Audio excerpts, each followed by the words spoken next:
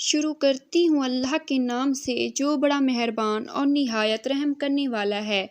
میری آپ لوگوں سے گزارش ہے، میرے چینل کو سبسکرائب کر دیں، لائک کر دیں اور شیئر کر دیں، اور میری ویڈیو کو اینڈ تک لازمی دیکھیں۔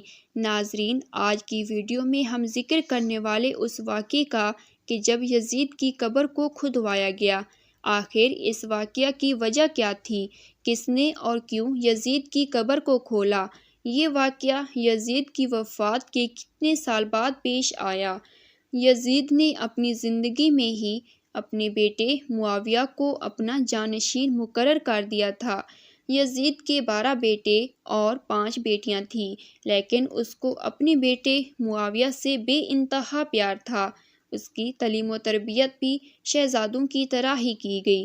یزید چاہتا تھا کہ اس کا یہ بیٹا اس کا حقیقی جانشین بنے۔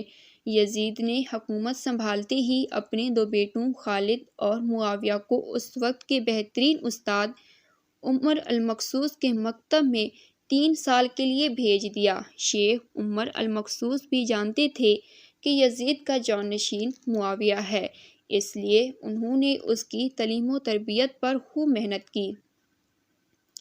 61 ہجری میں جب واقعہ کربلا پیش آیا تو شیخ المقصوص کو بہت تکلیف پہنچی، چونکہ آپ کا دل محب اہل بیت سے تڑپتا تھا۔ اس لیے آپ نے یزید کے ان 2 بیٹوں کی عظمت اہل بیت سے خوب روشناس کرایا۔ ایک طرف کربلا کا واقعہ پیش آیا اور جگہ جگہ یزید کے خلاف بغاوت اٹھنے لگی، دوسری طرف معاویہ جو یزید کا جانشین تھا، اس کی تعلیم و تربیت ایک سچے عاشق رسول کر رہے تھے۔ واقعہ کربلا کے تیسرے سال 683 عیسوی میں یزید عبرتناک موت سے دوچار ہوا تو معاویہ ابن یزید 20 سال کی عمر میں تخت نشین ہوا۔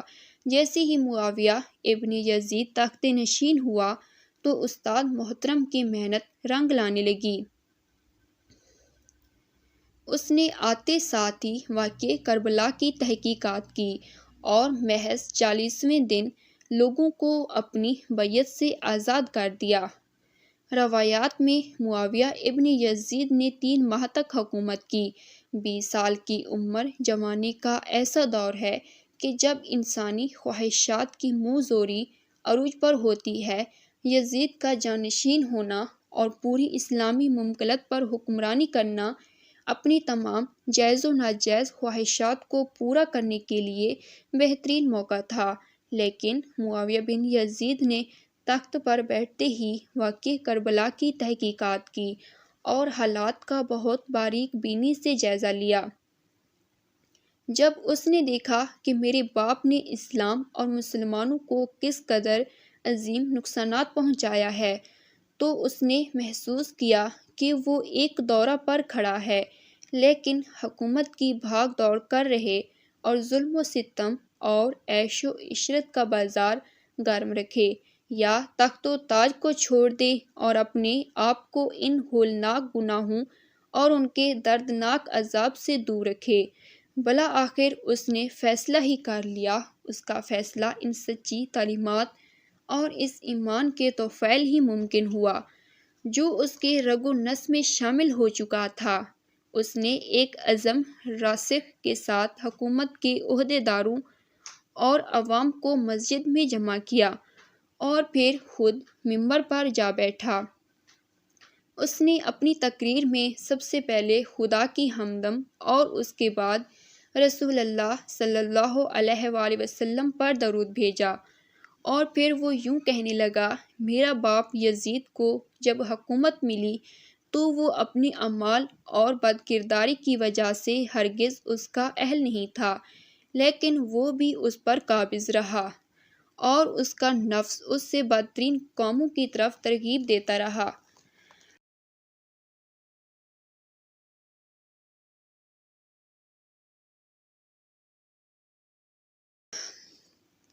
وہ اپنے برے کاموں پر بھی فخر کرتا تھا اور اس نے خدا کی بتائی ہوئی حدود سے تجاوز کیا۔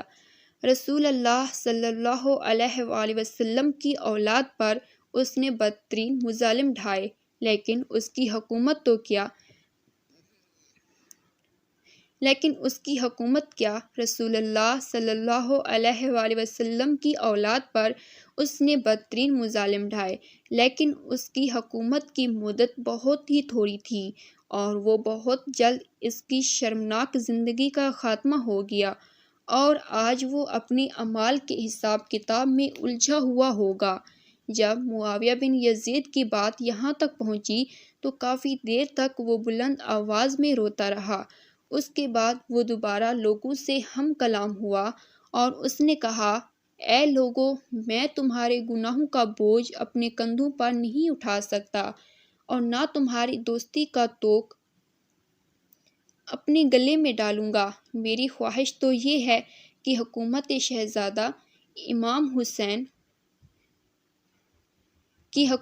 شہزادہ حسین امام حضرت زین العابدین کے حوالے کر دی جائے، یا اب تم خود جو بہتر سمجھو وہ کرو، دوبارہ حکومت کرے جس کا تم انتخاب کرو۔ میں اپنی بیعت سے تم لوگوں سے ہاتھ اٹھاتا ہوں اور اس خلافت کو ٹھکراتا ہوں۔ معاویہ بن یزید کے ان جملوں نے محفل میں ایک طوفان برپا کر دیا۔ پھر معاویہ بن یزید ممبر سے اتر آیا، اس کی ماں و دیگر عزیز و اقارب آئے تو دیکھا کہ روئے جا رہا ہے۔ اس کی ماں نے کہا، کاش تم حیض کا چیتھڑ ہی ہوتے اور میں تمہاری خبر نہ سنتی۔ اس نے کہا، خدا کی قسم میں بھی یہی چاہتا ہوں، اگر میرے خدا نے مجھے معاف نہ کیا تو میرے لیے برا ہو۔ اس کے